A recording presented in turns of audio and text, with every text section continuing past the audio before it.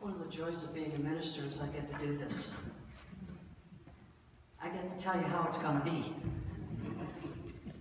But thank you, once again, for the privilege of being able to serve community on the Hill in such a fashion as to be part of an experiential experience yesterday that is so fulfilling to me as a minister. And I trust that I have helped in so many ways for your ministry. So I get to thank you for giving me the opportunity to serve you, and for that privilege, because I love my job. And I'm so blessed to be able to have the privilege of being able to walk this beautiful earth and just speak the vision and mission of what God is all about to many people. So thank you. Today's talk is entitled Living the Vision. And it is pertinent to what we have accomplished yesterday. For there's nothing more important than a group of people who hold a vision in common. There is such strength in that. Roy Oswald and Robert Frederick, who are involved in the Alban Institute. The Alban Institute is the foreground of where congregational new material of what's going on out in the world of spirituality that we get to tap into.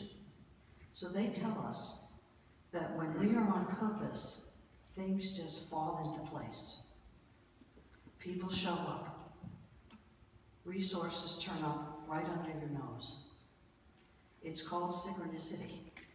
It is not coincidence. It is the universe collaborating with your clarity. You see, spirituality, we are in a time when we are called to be on purpose. Those are on the path right now. Called to live a higher vision, and in many ways, time plays this over and over for us. I want to introduce the team concept to us. This weekend, we worked with a group of about 20 people, and we worked on our vision, mission, core values, and our next bold steps. People volunteered for this part of this, and it's called ownership. Being in ownership. There are board members, staff, church community membership, all of whom have a sense of ownership about this spiritual community. So I'd like to invite all those that came yesterday to stand. Please, stand right where you are. Look around the room. These folks have decided that they stand for ownership of community on the Hill. Doesn't mean you don't, thank you. But it means that they gave up a Saturday to say, I want to be part of this experience. Collectively, we all danced on the edge of mystery. There was concerns, how is this all going to fall into place? And as much as I wanted to answer the question, all I could say was, trust the process. Just trust the process. So we stayed on the edge of mystery until it all came together. As we viewed this community with new eyes and made new choices for its future, a new vision and mission creates choice point moments, opportunities for ways to move forward. I read from a very dear mentor of mine, Reverend Tony Bain, and the book is called The Power of Be, B-E. And it goes like this. Do you recall the scene in Indiana Jones movie where the hero finds himself at what appears to be the edge of an abyss, an end point with nowhere to go? If you haven't seen Indiana Jones, check the movie out. If you haven't seen it in the last year, check the movie out. It is metaphysics running rampant through it. So he's at the edge of this abyss. Nothing is able to move him forward in his mind's eye. In actuality, what appears as his end point is in fact a choice point. for he pauses for a brief second to contemplate his next steps, to create and form his next move. Will he choose to stay and face what he knows to be his certain fate, or will he risk taking a step into the mystery of the unknown? At the edge of this mystery, he makes his choice. He gets an idea, and he takes action. He picks up sand, and he throws it into the abyss. His inner guidance told him what to do. Suddenly, out of seemingly nowhere, a platform rises up to support his foot, and with every other step he takes, another platform appears and continues to support his steps until he reaches the other side. At the edge of mystery, the hero makes a conscious choice. That choice is made from a field of positive energy, of being willing to reach further, to move forward, and to release the status quo. His choice is not made from fear. The edge of mystery is a place where we have the opportunity to extend our creative boundaries through acts of positive and conscious choice. We call them conscious choices because we must consciously say yes to forward movement, yes to the next risk, yes to the releasing of the status quo, and yes to the next authentic step. Choice points moments offer us the option to stay and do what we have always done, for this is relatively safe and without much jeopardy on our part. Alternately, we offer us the opportunity to be part of the unfoldment of a new possibility. However, often we do this with us taking a risk. We must risk the taking of a step into the unknown and finding out what is that possibility. That possibility that is waiting for us to be extending the boundaries of our current state of awareness. We must move forward if we want our experience and our spiritual growth to be present. The edge of mystery is a place where the stirrings of new growth and next steps begin to bubble up, where we are allowed to questions to take form and answers to ripen, and new questions to arise from what we thought were the answers. Yet, we must be willing to be on this edge of mystery and wait and dance, and wait and dance until it is the next step arises. Historically, boards and ministers sit in a room alone and determine the future and the fate of a spiritual community. They alone set the tone for the vision, mission, and core values, and the next bold steps of the congregation are made in a small, smoke-filled room. Now your board is willing to take risks, to take a growth step into the invisible, and invited the whole community into the process of building the vision and mission for this community. A bold step by any means. So I can't help but ask the question, why are you here? Why are you here on this planet? Why are you here in this congregation on this particular day? There are no accidents. There are no coincidences. You chose to be here this day. I would venture to say that you have looked around at the world and have seen that there are lots of problems, but something inside you wants to be a force for good. Something inside you is called to be a presence for good in the midst of these seeming problems. We are all here because we are called to dream bigger and to vision inspired, and they followed that guidance to make this possible. Because life is an upward, progressive spiral of conscious evolution, and it is vision that fuels this progress. We are constantly spiraling upward and closer to who we are as children of God. Jesus had a vision and a mission. Jesus' vision was global. It was so big. And his vision was, the kingdom of heaven is within. His vision. The kingdom of heaven is within. And it is within by loving God, by loving our neighbor, and by loving ourselves. His unique mission was simple. These things I do, and so can you. It was one of the awakening people.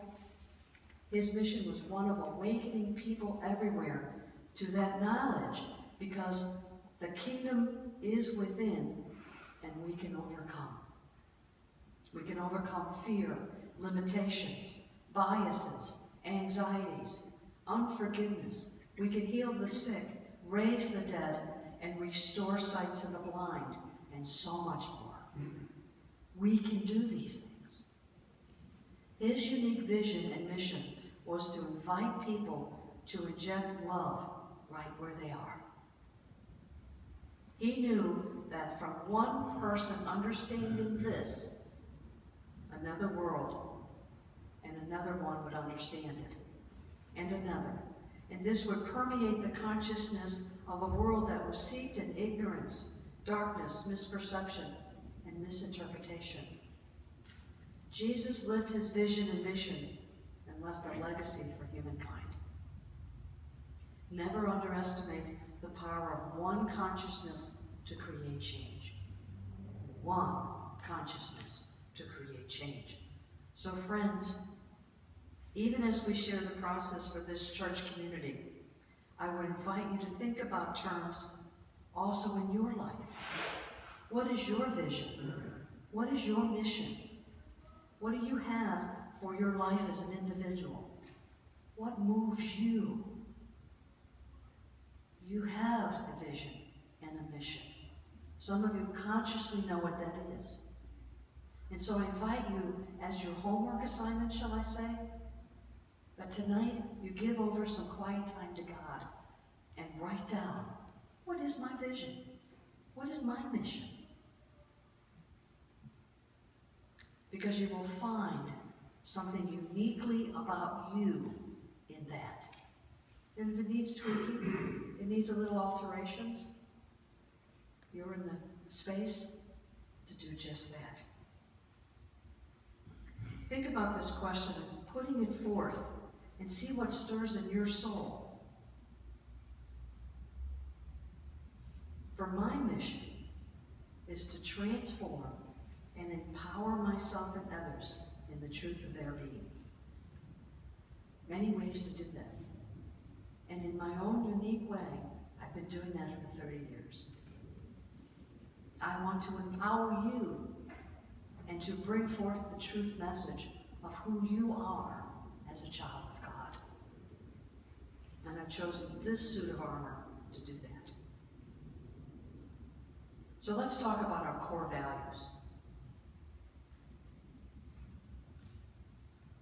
Could I get the slide to show that for me? It can be the slide for all three of them. Our core values that we determined yesterday. Our core values of what we value, the talk, what we walk, and what walk we have with our talk. Core values. Our core values yesterday were determined in this ministry to be service, inclusive acceptance, abundance, love, joy, and spirit-led. Our group made a conscious decision that we want to continue to walk that talk. And so as we approach our beingness, when we walk in that door, whatever door you walk in with those values, the core of your being as service, inclusive acceptance, abundance, love, joy, and spirit-led. Now, what is going to happen with those 6 values is that the Sunday talk for the next 6 weeks, beginning next week, will be on one of those 6 items. There will be a clearer understanding of what's involved. What does it mean to be a core value, to be about service, about love and joy? So each week you have that opportunity to delve deeper into who am I in relationship to those core values, because these are the values for your ministry. Make sense? So our vision. We started this weekend with a question, and we posed it to the entire community. What is the biggest dream, wish, or vision you have for the world? Jesus' vision was the kingdom within. What is the highest vision you can hold for the entire world? So let's begin our lesson today with a time of imagining. What is the biggest dream, wish, or vision you have for the world? Imagine that you go to bed tonight, and when you wake up tomorrow, the world is just as you would like it to be. I see this on Facebook all the time.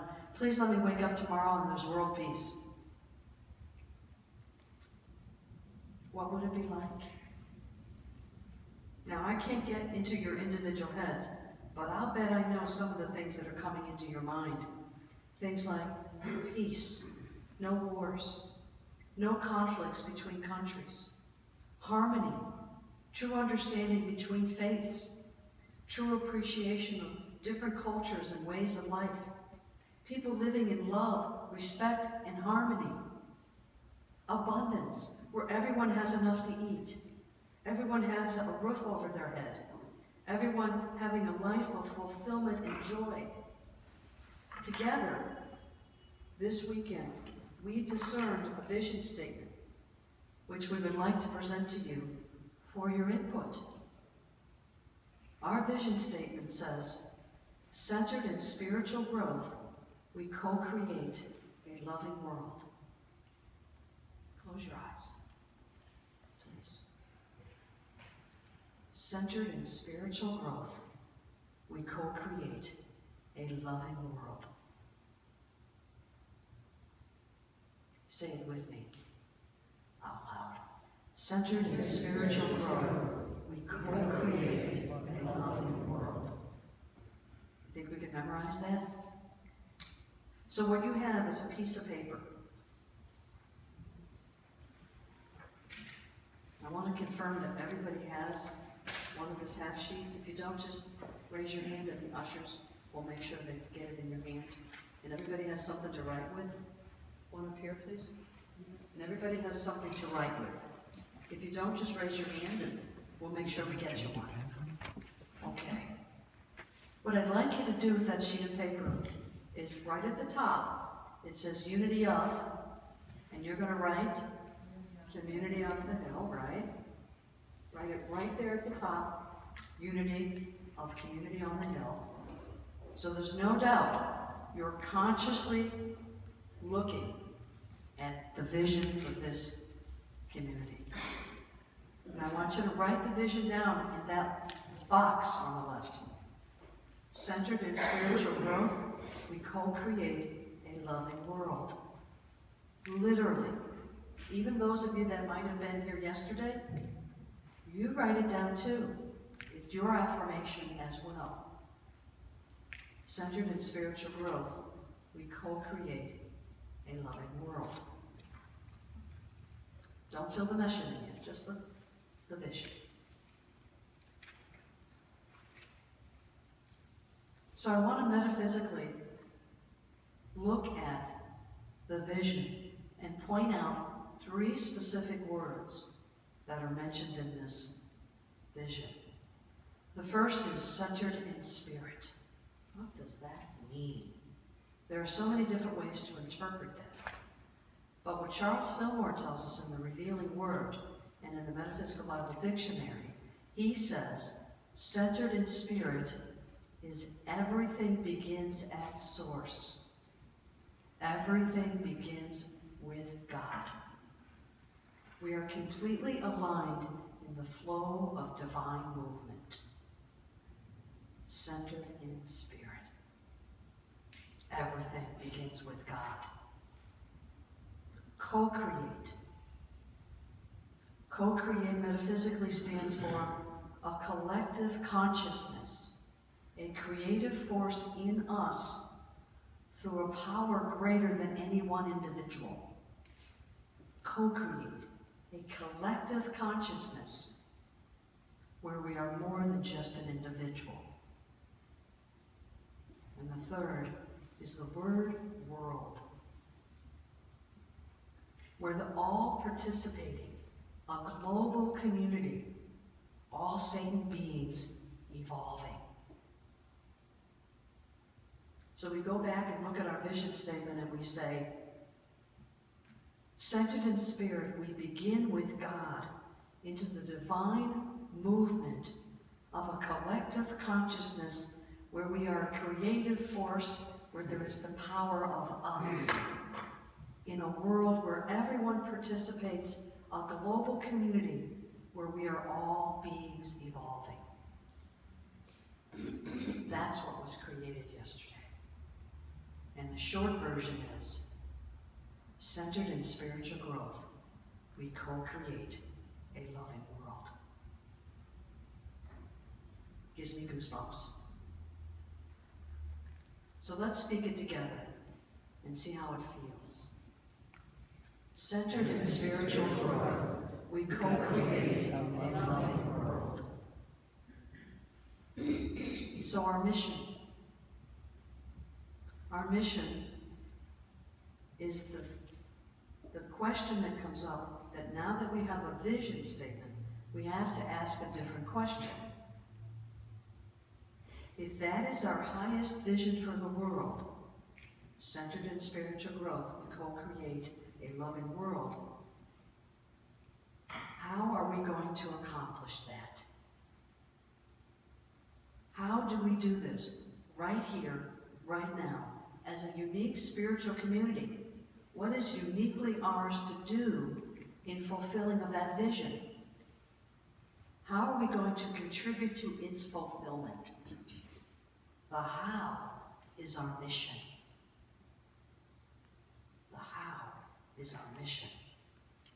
And so now, using that same piece of paper, let's write down the mission for this community. Through prayer, meditation, music, and unity teachings, we nurture and inspire all to experience the unconditional love of God. So write that down on that piece of paper, and let's say it together.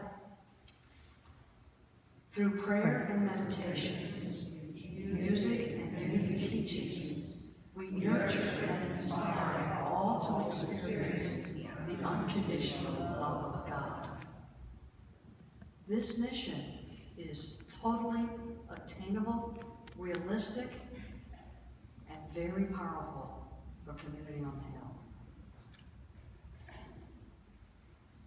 So now let me metaphysically dig a little deeper into that mission statement. Prayer. Through prayer is a communion that takes place in the inner part of our being. It is highly accelerated mind action. It's an affirmative of our faith, of our truth that exists but has yet to come into consciousness. We use prayer to bring into our consciousness what we know is already there. The unfailing, unquickening love of God. Prayer is us opening our consciousness to the unlimited possibilities for what we need in our lives. Inspiring. To breathe in spirit. Infuse ourselves with the very breath of God. We bring that breath of God into our being, and we allow ourselves to be endowed with the life and light. We call it forward. We quickening, because inspiration is something that goes, I just got a thought. It's that quickening of the prayer work we've done. So we're inspired. Unconditional love. We use that term loosely sometimes. What does it mean? Unconditional love is the same as the sun gives light to all. The sun doesn't decide who shall get the light, does it? Gravity. Gravity does not decide that some will have it and some will not. Unconditional love is just that. It is the pure essence of our beings. We see past the imperfections or the judgments of our human self and see God in everyone, unconditionally. No strings. I love you because of, no, I love you because, period. There's no dot, dot, dot. Unconditional love is just that. I love you for just you being you, just as you are in all of your goofiness. And we extend that love beyond our communities, but to everyone. And when you do that, the vision has greater potential to impact everyone. For love is the cementing, binding, harmonizing force of the universe. It brings us together. It does not divide us. So our mission includes prayer, inspiration, and unconditional love. So let's speak our mission together. Through prayer, meditation, music, and community teachings, we nurture and inspire all to experience the unconditional love of God. So why do we have a mission statement? Because our vision is centered in God, and how we are going to accomplish that vision is within our mission. Many people even say to themselves, I'm on a mission. But the vision ensures the success of the mission.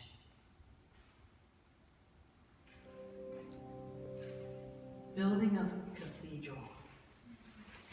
So I want you to just close your eyes for just a second. This is a short story by Christopher Wren, an architect. And he tells the story that well summarizes the power of vision. 3 bricklayers were working side by side. Christopher Wren was looking over the site and asked the first of 3 bricklayers what he was doing. The first replied, I'm laying bricks. The second one asked what was he doing, answered, I'm feeding my family. The third bricklayer, when asked, what are you doing, responded, I'm building a cathedral to the glory of God. Christopher Wren smiled and knew that this man had caught the vision of what was being done. The question is, are you trying to reach your goals in your life and in this community as bricklayers or as cathedral builders? A vision is really like a magnet. It draws people toward it. A vision moves people from the past and commits them to the future. Our vision is our internal compass.